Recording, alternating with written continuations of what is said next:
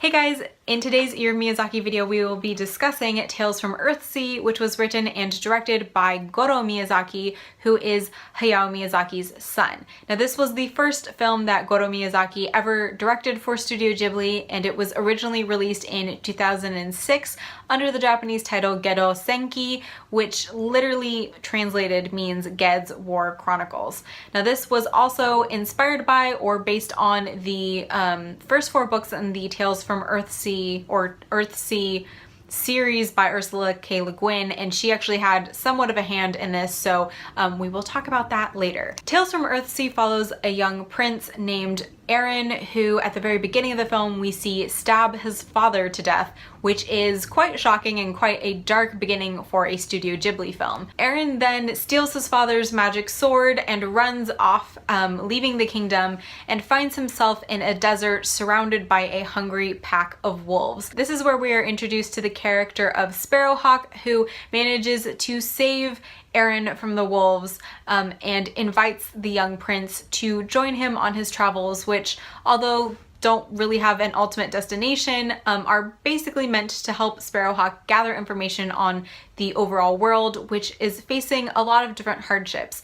There is a fever spreading among both the people and their livestock. There is famine and poor crop results, and basically something in the balance of the world seems to be off, and Sparrowhawk is trying to figure out what it is and how they can fix it. During their travels, Sparrowhawk and Aaron reach a town called Hort Town, which is this massive, bustling trade city. There's a port for shipping. There are so many different markets, and this is where Aaron kind of gets introduced to a darker side of life. Having been a prince raised in a palace, he was fairly sheltered before, and so it's in Hort Town that he first gets introduced to drugs. He gets introduced to dishonest shop peddlers and to the slave trade for the first time, and in all honesty he is a little bit horrified with what he sees. It's also in Hort Town that Aaron comes across a girl named Teru who is being harassed by slave traders. After Aaron gets tangled up with these slave traders, he is once again saved by Sparrowhawk, who then takes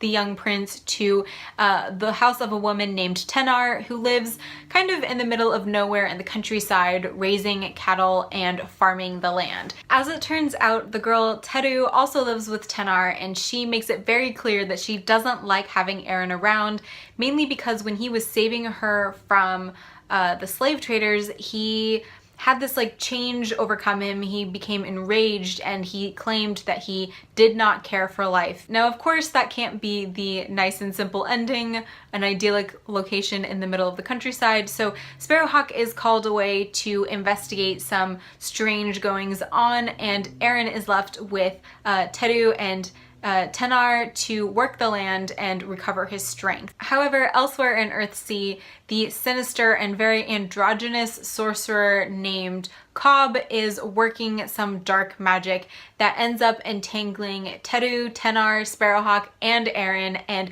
puts the fate of the very world in danger. The first thing I would say about this film is that it is very much a film for people who already love the Earthsea world and who are fans of Ursula K. Le Guin's writing. Included on this DVD is a little bit of behind the scenes footage during which the main producer for Studio Ghibli, Toshizo Suzuki, talks about kind of getting the project off the ground and talks about the influence that Ursula K. Le Guin's books had on Miyazaki as a very young man, and how this was always a movie that he wanted to make but couldn't bring himself to make. He couldn't seem to encapsulate everything he loved about the Earthsea world into one film. So when his son Goro Miyazaki decided that, hey, I want to try directing a film for Studio Ghibli, Suzuki was actually the one who recommended that he try and make the film his father never could, to make a film about Earthsea. Apparently Ursula K. Le Guin got wind of this and kind of made the comment that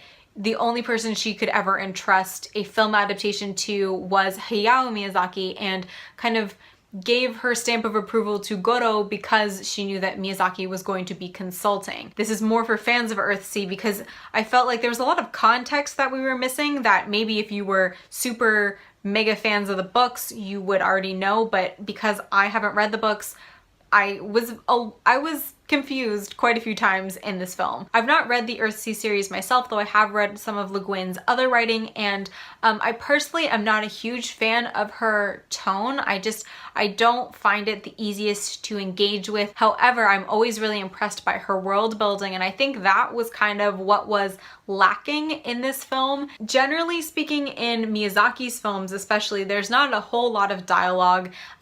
You kind of get put in this world without a whole lot of explanation, and generally that works. However, Earthsea is just so huge, and Le Guin imbued it with such detail that I didn't feel like it worked so much in this case. I've mentioned before that generally speaking, I like to watch the Studio Ghibli films in the original Japanese. I feel like that just generally fits with the animation better, but this time I actually had to stop the movie, put it into English, and then start over from the beginning because I wasn't following as well. It was like I was getting very confused. So I would definitely suggest, if you are not a native Japanese speaker, to watch this one in the English. I will also say that I thought the sound mixing on this film was terrible. Dialogue was really hard to hear, and then the music was really like over the top in some spaces. Overall, I don't think this was the strongest Studio Ghibli film ever. I think this is the only one I've actually had distinct storytelling and like technical problems with. I've heard really great things about Goro Miyazaki's other film, from Up on Poppy Hill, which I will be watching very soon, but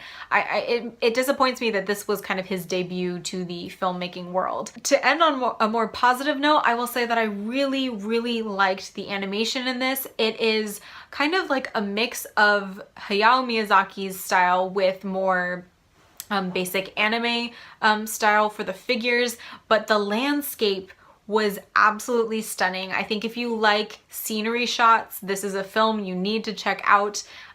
It was very atmospheric. You really got a sense for the fantasy world that it is set in. So overall, glad I watched this to continue my Year of Miyazaki series, but I guess I wouldn't necessarily recommend this if you're not already a fan of Le Guin's world. I think it was too big a story to be condensed into one film. I think maybe this could have been a series of films or like a mini series, an anime mini series, but it didn't work as one cohesive film for me. The next film in my Year of Miyazaki project is Ponyo, so I will be watching that and hopefully putting a discussion up sometime later this week. If you guys have watched this film, let me know what you think. If you have watched this film and read Le Guin's books, I would be even more interested to know what you think. But for now, that's all I have. So thank you guys so much for watching. I hope you enjoyed the video. I hope you're having a fantastic day, and I will see you next time. Bye!